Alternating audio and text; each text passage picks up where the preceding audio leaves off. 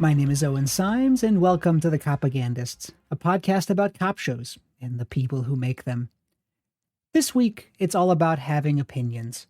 Since we finally finished delving into the historical context that brought us Dragnet, and then spent some time chronicling the production history of the show itself, it's now time that we considered the bigger picture, legacy, and all the rest of it. To do so, I've opted to look at Dragnet through three particular lenses: the artistic, the commercial, and the ideological. In other words, how might we judge Dragnet as an artistic achievement, a story, as a commercial endeavor, a product, and as an ideological vehicle, a thesis? And that's a lot to unpack, so let's start this week with Dragnet as a work of art. In order to judge it properly, we'll quote from contemporary observers, subsequent critics, and modern-day scholars to suss out the various threads of critique the show's been subjected to over the years. This will be used as a springboard from which to launch into my own personal thoughts on the show, how a viewer in 2025 might come to appreciate it as a piece of entertainment, and summarize its overall artistic legacy. So let's start with what contemporaries thought. As Dragnet ceased producing new episodes in 1959, critics reacted bittersweetly. Early praise for the show as a pioneer in quality TV, hacking into the wilderness of pulp fiction, had been tempered, a decade later, by a recognition that after 250 episodes, Webb's baby had become rather predictable. It still seemed better than the majority of crime shows on TV, yet it had clearly lost its edge, ceased growing. It's understandable, then, why author Paul Jorgensen would devote an article in Film Quarterly to delving into the meaning of one major change that did occur to the Joe Friday formula, his 1958 promotion to the rank of lieutenant. Jorgensen wrote that he reacted to this change with a feeling of sudden humiliation, realizing that, quote, "I have been following for week after week a program which has not otherwise changed appreciably since it began." Nevertheless, Jorgensen found that Dragnet, perhaps because of its formula, remained compelling. He had particular praise for Webb's handling of the camera, especially considering the actor had never been trained in film technique. Few producers have equaled his sense of when the viewer wishes to see, closely and at length, the full face of an actor. Few have so successfully resisted the temptation to fill the television screen with more than 2 or 3 persons. He is, on the other hand, almost equally adept at the panoramic photography used to begin each program. In other words, he was pretty stunned that Webb was so good at both extreme close-ups and extreme wide location shots. The following September, when a new season of television is peeking itself over the horizon, it's about to premiere, newspaper critic George Tashman lamented the dying light of quality TV, with the old guard of live drama and filmed anthology losing more and more territory with each passing year to episodic rubbish.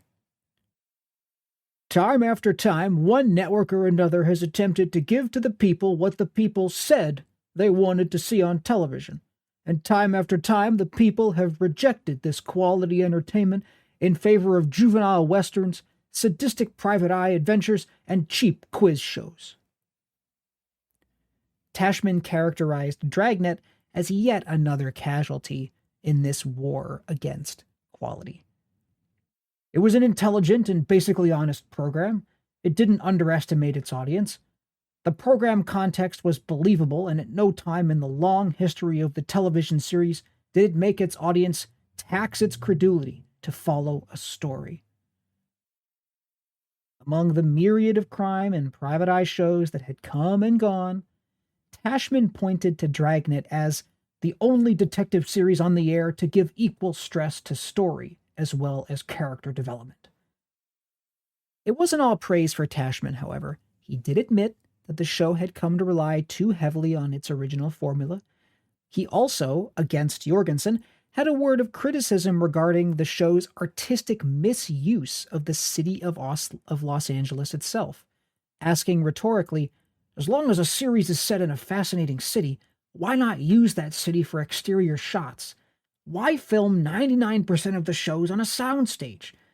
That's the only department in which Lineup, a Dragnet imitator, had it over Dragnet.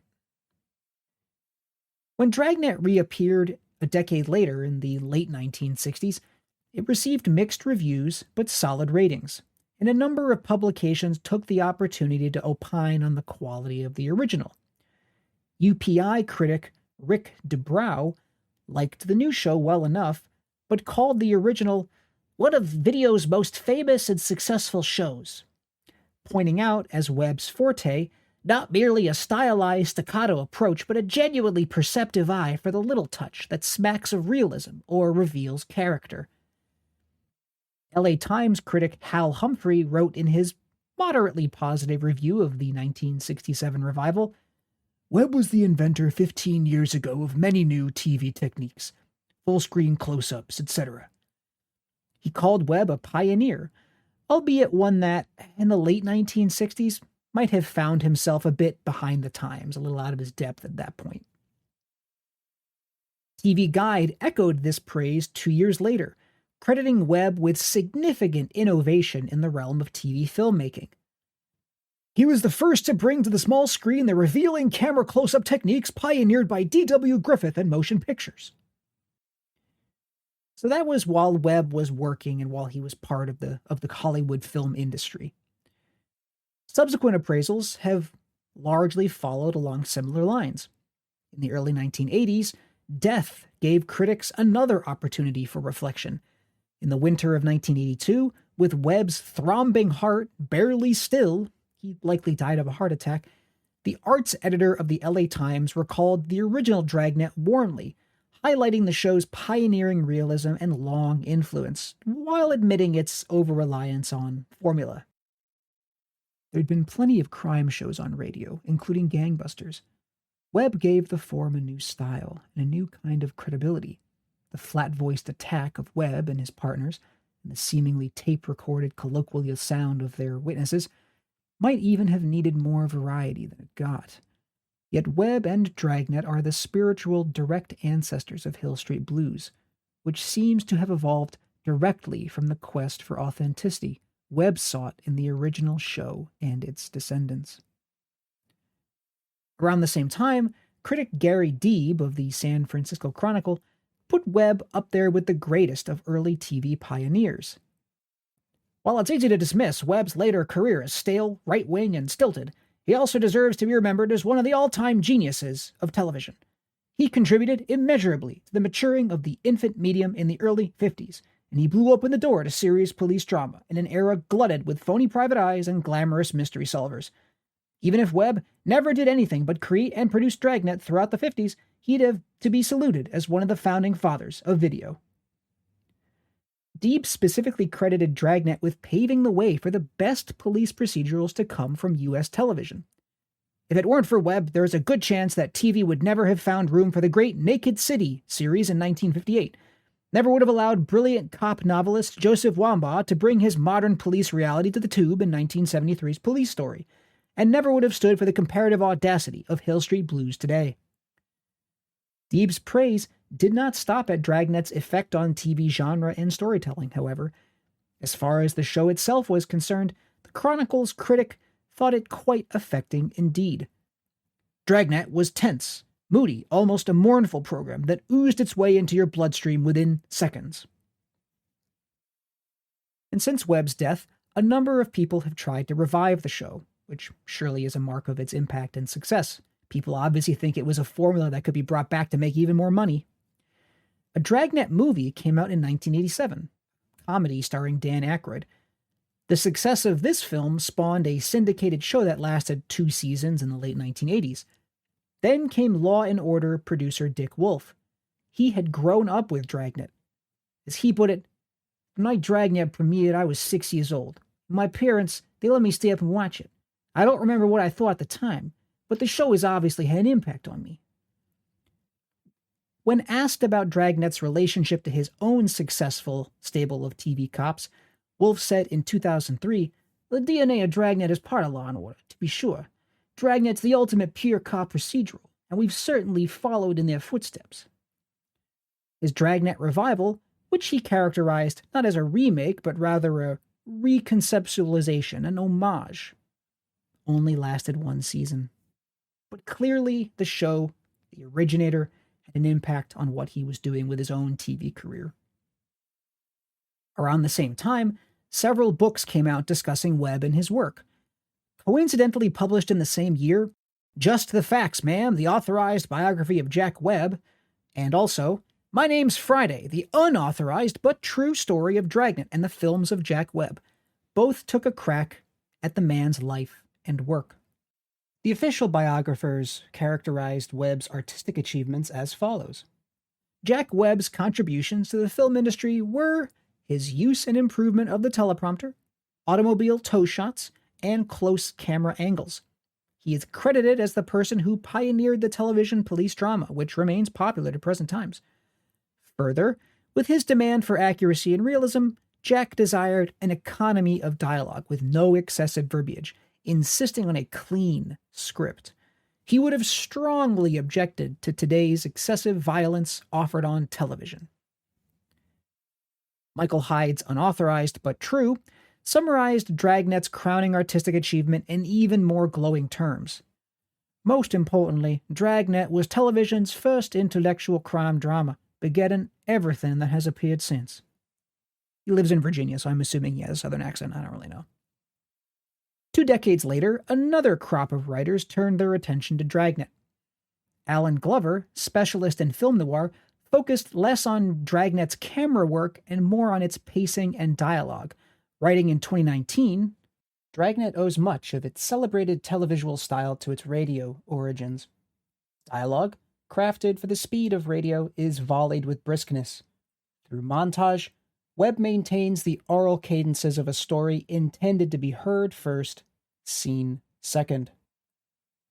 But don't worry, Glover still found some room to praise Webb's visual sensibilities as well. When things quiet down, and there's little left to say, he pulls the camera up high to situate his characters in their environment, resulting in some wonderfully evocative, high noir compositions. Claudia Calhoun, in the first book-length treatment to focus solely on the show itself, credited Webb and his team with successfully weathering the transition from radio to TV, thus creating one of the most influential shows of the decade. Quote, "Through a variety of artistic choices, from the use of film to the use of close-ups, Dragnet's visual style maintained the authenticity for which the radio show had been celebrated, while creating a distinctly visual style. Its success, measured both by the approval of critics and the size of its audience, made it one of the most important programs on early television."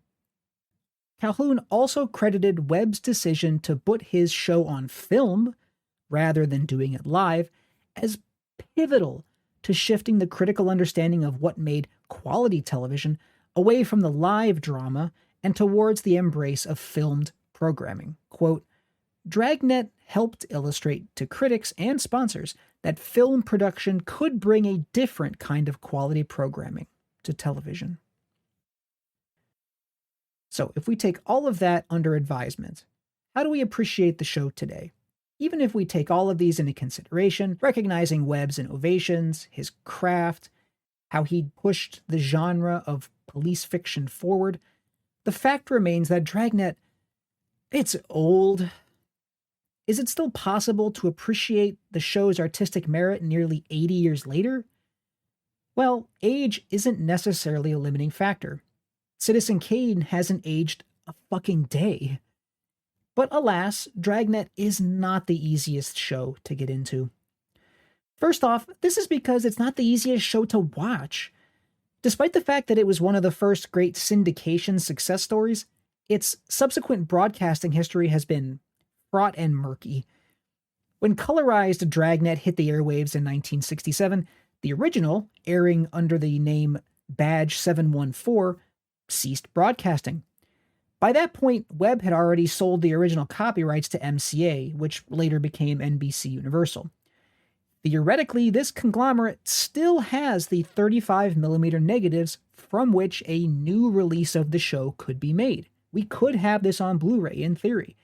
But the company has never confirmed one way or the other whether the items are still in their possession, if they have been lost, or even if they've been destroyed by, say, the occasional vault fire.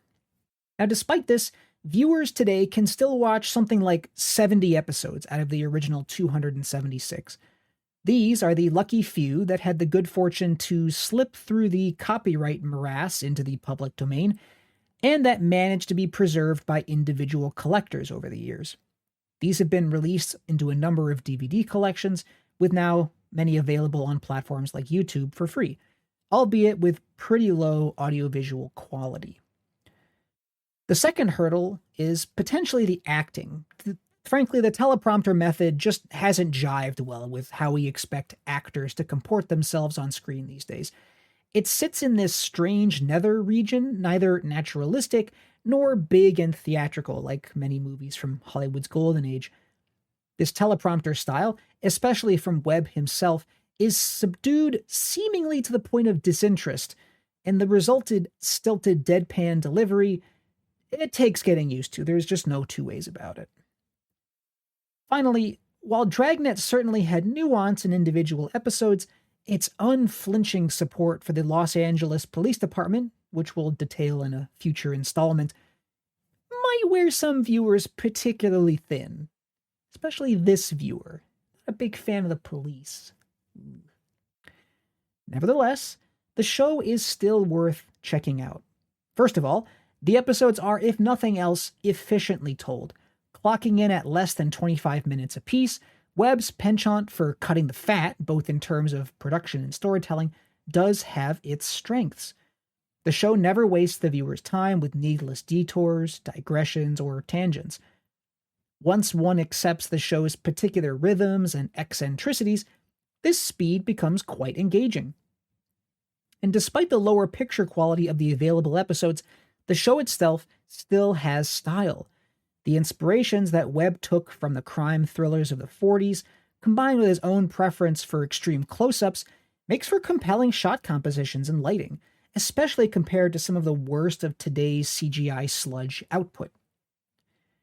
Moreover, don't let the fabled teleprompter be a turnoff altogether. While Webb, especially, is an actor of only limited range and talent, something he himself openly admitted, his supporting cast was made up largely of long-term professional character actors and plenty of new, emerging talent as well. It's a lot of fun to see someone like Lee Marvin, with his camera-ready charisma, trade bars with Webb in the interrogation room. We've been on the road a lot. We followed you from here to Sacramento and back, Henry. Every stop, every detour. Took us a long time. Yeah, guess it did. What do you say, Ross? Nothing. All right. Any way you want it, Henry. Yeah, I guess you worked hard on it, huh? All over the state. That's right. Must be pretty hot up in the valley. Summertime. Dusty, huh? We made out. And I've never been up in the valley in summer. Too hot for me. We got people who saw you up there. I know what's to prove. 10 people and some handwriting samples. You can't build a case on that. You know that, don't you? We're gonna try. You think I murdered Davis? You, Sergeant? Yeah? You think I murdered those other guys, too, huh? Oh, what was it, 10 or 12 of them? We're asking about Davis. You think I killed him? Well, tell me the truth, do you? You think I murdered Davis? Yeah, I think you did, Henry. Uh-huh. Or to see wonderful character actors like Jack Webb play yet another personality. Jack was in a dozen episodes just himself. Here he is alternatively as a city hall clerk, as a pompous southern property owner, and a drunken suspect of child abuse. You're Sergeant Friday? Yeah, that's right. You have to take this car. It's the only one in service.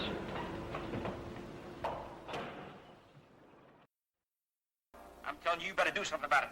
Getting terrible when a citizen has a thing like this happen to him. All right, Mr. Mather, take it easy. Tell us what it's... I got a lot of friends in this town. I happen to know one of the councilmen real good, and if you don't clean this thing up, you're going to be walking the beat out in the plum thicket. Now, wait a minute. Here's my partner. Tell us what You it's don't all need no about. partners. You get out there and arrest them fellas. You get them. What's the matter here? Mr. Mather, my partner, Sergeant Friday. How do you do, sir? Don't you come around here trying to smooth things over. I'm not going to be having them hoodlums in jail, where they belong. I'm telling you, same as I told this fella, you do something about this, I'm going to take it to the mayor. Look, you're not telling me what I have to do in my house. This is my house. If I want a glass of wine, I have it. You're not telling me what to do. All right, Wiley, take it easy. Take it easy, nothing. I talked to you two guys long enough. There's the door. You're not coming in here telling me what to do. You better get your coat. We'll talk downtown. We're not talking anyplace. Now get out. Get out of this house right away. Are you afraid your story's not going to hold up? I don't know what you're talking about. You're trying to frame me. Don't you think I know that? Now, that doesn't make much sense, does it? Why should we want to frame you? I know what you're getting at. I know just what you're getting at. Those two little girls last week, you're going to say I took them. You're going to say I did things to them. Well, I didn't. I didn't have anything to do with it. The players, in other words, make the most of what they're given. Speaking of which, the writing is pretty good much of the time. While the dialogue doesn't crackle with the best of film noir, but honestly, can anything really surpass the sweet smell of success? I love this dirty town.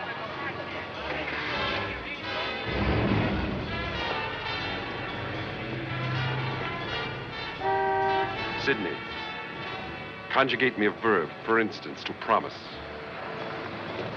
You promised to break up that romance. When? You want something done, JJ, but I doubt if you yourself know what's involved. I'm a schoolboy. Teach me, teach me. Why don't you break it up yourself? You know you could do it in a couple minutes flat. At this late date, you need explanations? This lack of flash can be a strength when it's used in the service of establishing grounded, recognizable characters. Sometimes it errs too far towards the mundane, the procedural, but when this groundedness works, it really does. For those hesitant to check out a show with a reputation as the text of propaganda, Dragnet also offers a little more than one might initially have expected. Sergeant Joe Friday's cool, competent professionalism, while utterly fantastical, retains interest for the liberal, perhaps even the progressive viewer, because Friday is himself a relative humanitarian. He tries not to use violence when other means are reasonably at his disposal. He cares about the victims, but this doesn't mean he's cruel or vindictive towards the perpetrators. Sometimes he's even sympathetic to the criminal. It's a fairy tale, but an undeniably comforting one. Just the fact that Friday doesn't go around with his fearful little fingies wrapped around his revolver at all times is a welcomed contrast to the fear-addled brains of today's warrior cops.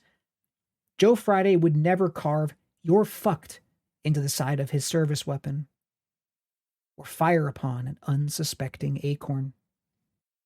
Just a quick note here, the "you're fucked" reference is in relation to the shooting of Daniel Shaver about a decade ago in Arizona. I considered including a clip of that just to illustrate my point. But there's really no part of that 5-minute video that's not just deeply upsetting. So it would kind of completely kill the vibe of the episode. So if you have never seen the footage or you don't really remember how awful it really was, I honestly recommend you go back and watch it. It's on YouTube at the LA Times website, or the LA Times channel, I should say. Yeah, every single officer involved in that situation should be in prison for the rest of their lives. And the fact that they were all acquitted, or rather the one officer that was charged with second-degree murder was acquitted, deeply pathetic, in our so-called justice system. The officer said that he felt sad about the death, but that he was under incredible stress in this split-second decision, and he just did how he was trained. It's probably true that he was trained to be a little bitch boy, and just view every single movement of an individual in front of him as potentially dangerous. But the fact that he had "you're fucked" carved into his assault rifle, probably not indicative of a guy that's interested in de-escalation. Probably not indicative of someone that should be given the power of life and death over his fellow citizens. But, that's the world we live in. These are the cops that we have to deal with. And this is why the institution of policing should be abolished. Anyway, back to the episode. Haha, fun, good times, entertainment value. The question, but is it a good show, has a different answer for each individual. People experience art at different points in their lives, in different moods, different political climates, within different personal or professional relationships. All of this can affect someone's enjoyment or appreciation. Look, you're not going to like a Terrence Malick movie on an empty stomach. That's just physics. And I can tell you right now, you're not going to be very amenable to police comedies like Police Academy or the Naked Gun series or any movie where the police are the good guys after watching Daniel Shaver get executed on camera. That's just not the kind of vibe you're looking for after you watch shit like that. I can tell you from experience. Sorry, that was pretty heavy. I know I said I'd focus on the artistic merit of Dragnet and deal with the ideological stuff later, but it is hard not to talk about real police after you've seen something like that. Truly shocking. But you can see how that would put you off from a police-themed comedy, right? Leslie Nielsen waving a gun around, going around investigating stuff. Not quite as funny in that context, is it? But within this subjectivity, two things are apparent regarding Dragnet.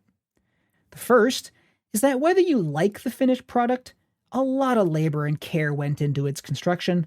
Webb and his team at Mark 7 Productions consciously and unconsciously drew from a myriad of sources and produced something unique. This product resonated with audiences and critics at the time. It was a huge success. Second, whether something is good or not, we can at least analyze its influence, call it the greatness of a text. As many critics and scholars have pointed out, Dragnet cascaded into subsequent years, influencing the development of TV cop shows for decades to come. Some creatives in the 50s and 60s initially tried to imitate it with shows like Highway Patrol. Others contrasted themselves to it, with Naked City standing out as the best example. In the 70s, still others tried to build upon this initial crop of shows to create their own works, with Joseph Wambaugh taking realism in a different direction with Police Story, and Aaron Spelling producing a number of cop shows that left reality altogether for Adventureland, like Starsky and Hutch. From these 70s shows emerged men like Steve Bochco and Michael Mann, who imprinted their own creative genius upon the cop shows of the 1980s. Mann, in particular, executive produced Miami Vice, from which emerged Dick Wolf, still the reigning monarch of the police procedural. And Wolf himself credited Webb with birthing the genre that later became his bread and butter, declaring Dragnet to be the father of us all. Thanks for listening to this week's episode covering Dragnet's artistic legacy. Next time, we'll look at its legacy as a commercial product, its profitability, its durability, and its impact on the TV industry. Sources are in the show notes. You can find an essay version of this script, complete with detailed citations, on my Substack, substack.com/@OwenSimes. Find me at Blue Sky, Owen-Simes, YouTube, Integral History, and you can check out my book, He Was Our Man in Washington, A History of the Obama Years. Thanks for listening. Music by Carl Casey at White Bat Audio.